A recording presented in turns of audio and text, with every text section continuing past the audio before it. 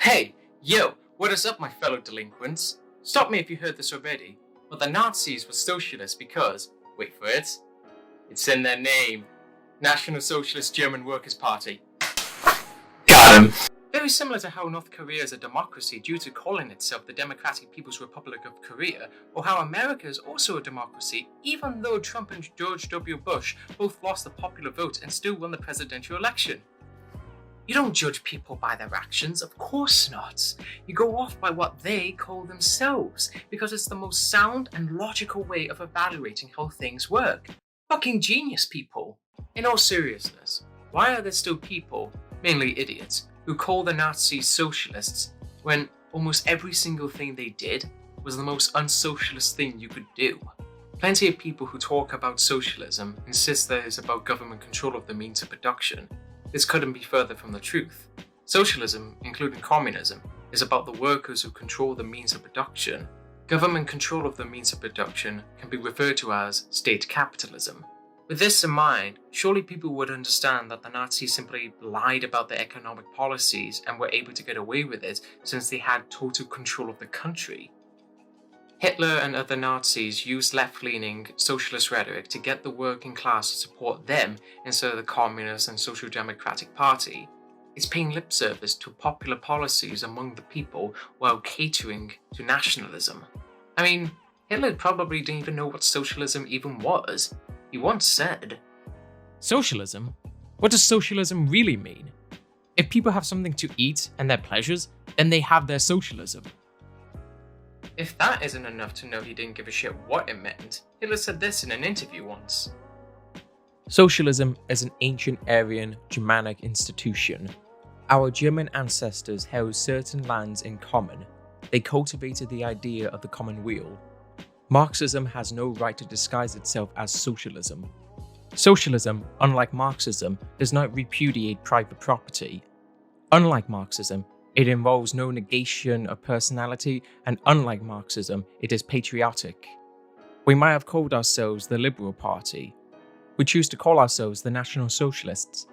We are not internationalists. Our socialism is national. We demand the fulfillment of the just claims of the productive classes by the state on the basis of race solidarity. To us, state and race are one." The whole thing was to dog whistle Germanic white nationalism, not the egalitarianism of the proletariat. For further proof, communists and socialists and trade union leaders were arrested or murdered when he came to power. Worker strikes were outlawed, private property was upheld, there was rampant privatization of industry under Nazi rule, productivity to ready the country for war, and competition by the capitalist class was seen as more important than the lives of the workers. This isn't what socialists do. The Nazis calling themselves socialists was a tactic to get the German people together to see the supposed true common enemy, the one that controlled the economy, and backstab them and caused them to lose the Great War. Jews. They blamed the Jews.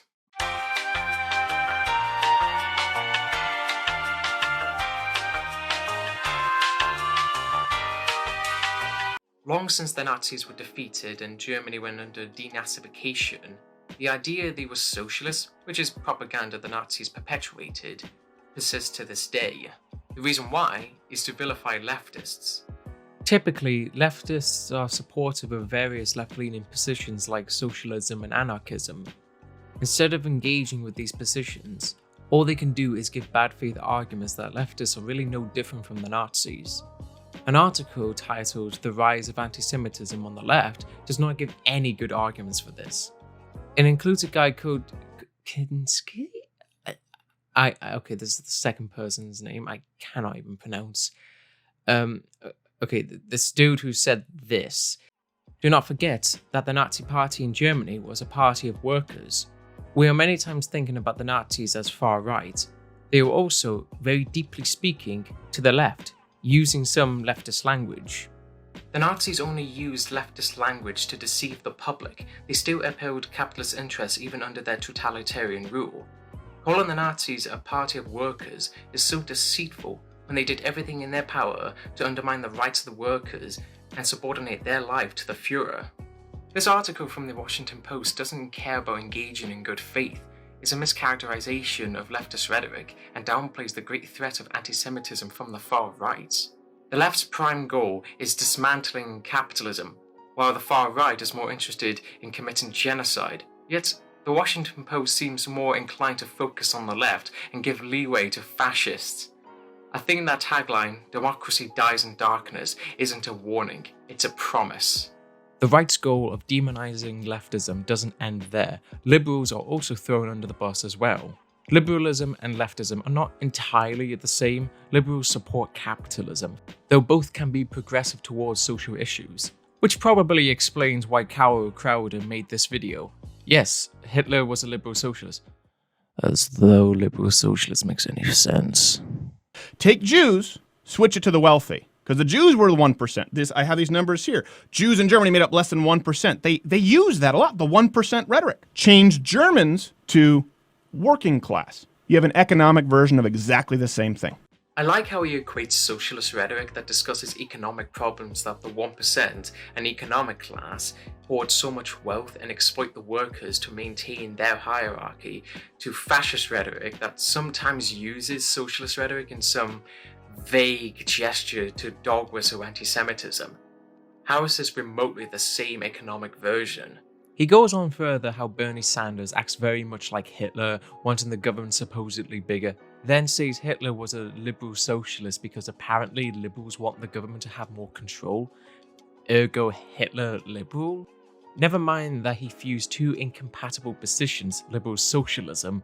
Steven Crowder is clearly a dishonest person. His goal here was not to have an honest discussion, but to vilify the left, including liberals, by stripping historical context, refining it, sprinkle a few lies here and there to equate liberals, leftists to the Nazis. I should also bring up that Crowder loves to view himself as some sort of freedom-loving libertarian, and that leftists are these authoritarians who are the actual bigots, when he has been incredibly homophobic towards Carlos Maza, calling him homophobic slurs, and has sold Che Guevara t-shirts that obviously has a homophobic slur that he pretends says figs. The guy hates gay people, he hates trans people, he's racist too. The mystical, age-old culture of China.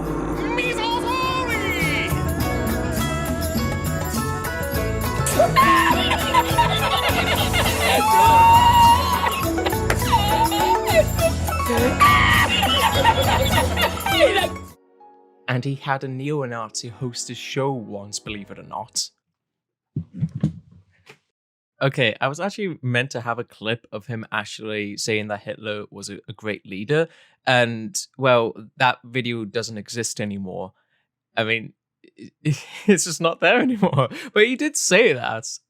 So yeah, his video is gone, and it kind of sucks. But hey, what do you do? I mean, what do you expect when you're a Nazi? I mean, YouTube's going to come after you eventually. It's always right-wing libertarians who hide behind a veneer of fake love of freedom, but want the government to infringe upon the rights of minorities and have the rights of white people be of utmost priority. Ignoring that idiots like Crowder think government control is socialism, these people are not interested in improving the well-being of the people. Their only interest is to find ways to push people away from solutions by making out the bad people gone and done the same thing. You don't want to be like them, do you? It's pretty odd they use this tactic that Nazis are leftists when their opposition tends to address things like the growing economic inequality around the world, voter suppression for minorities, how climate change horribly affects the poorest and most vulnerable people in the third world, and countless other socio-economic problems. It's almost as if they don't care about these problems. Their class interests are placed above the well-being of the people. It's not a big surprise then when the likes of PragerU, a fake university, and Ben Shapiro's The Daily Wire got funding from the Wilkes brothers in order to suppress left-wing ideas. Ben Shapiro has said Nazis are leftists. The Nazis were up the left. The Nazis were up the left. And I mean, if you read Hitler's books, if you read Mein Kampf, what you find is that he was very heavily influenced by Marx. Socialism, unlike Marxism, does not repudiate private property. Unlike Marxism, it involves no negation of personality, and unlike Marxism, it is patriotic. Hey, Ben, you're full of shit. There's this drivel from PragerU. This label is based on the idea that fascism is a phenomenon of the political right. The left says it is, and some self-styled white supremacists and neo-Nazis embrace the label. But who's the philosopher of fascism? Yes, exactly. You don't know. Don't feel bad, almost no one knows. This is not because he doesn't exist, but because historians, most of whom are on the political left, had to erase him from history in order to avoid confronting fascism's actual beliefs. Fascists are socialists with a national identity. German fascists in the 1930s were called Nazis, basically a contraction of the term National Socialist. Conservatism wants small government so that individual liberty can flourish. The left, like Gentile, wants the opposite, to place the resources of the individual and industry in the service of a centralized state. To acknowledge Gentile is to acknowledge that fascism bears a deep kinship to the ideology of today's left. So they will keep Gentile where they've got him.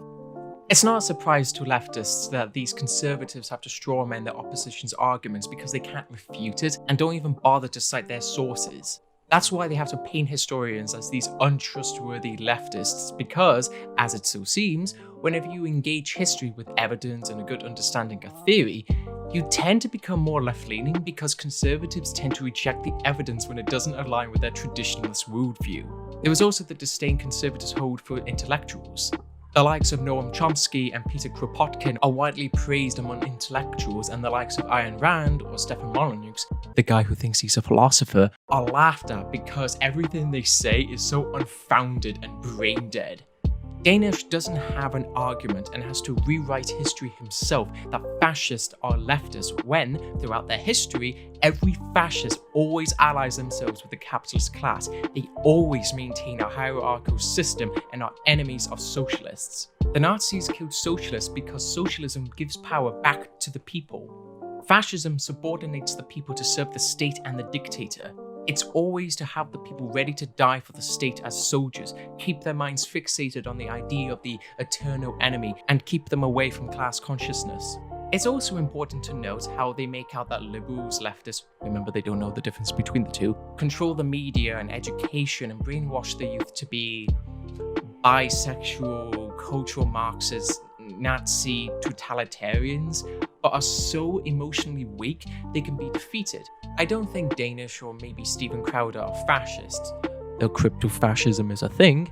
They downplay fascism and spin it that leftists are no different from them, even though fascists hold very socially conservative values, like upholding traditional values, their bigotry for homosexuality, and contempt for transgender people, and maintaining a heteronormative society.